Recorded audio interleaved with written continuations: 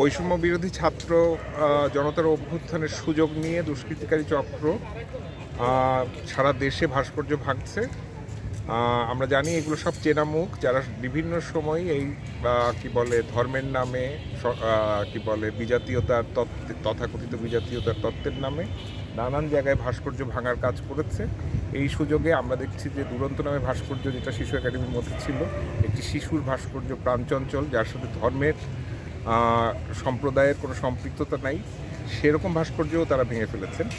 এটা আমাদের জাতীয় সংস্কৃতি এবং ঐতিহ্যের জন্য বিশাল একটা সংকটের আশঙ্কা তুলে ধরছে। আমরা আশা করছি যে এই যে ধ্বংসযজ্ঞ চলছে, ছাত্র জনতা তা প্রতিরোধ করবে এবং কোনোভাবেই এই ধরনের দুষ্কৃতিকারী চক্রকে আমরা আর প্রশ্রয় দেব না।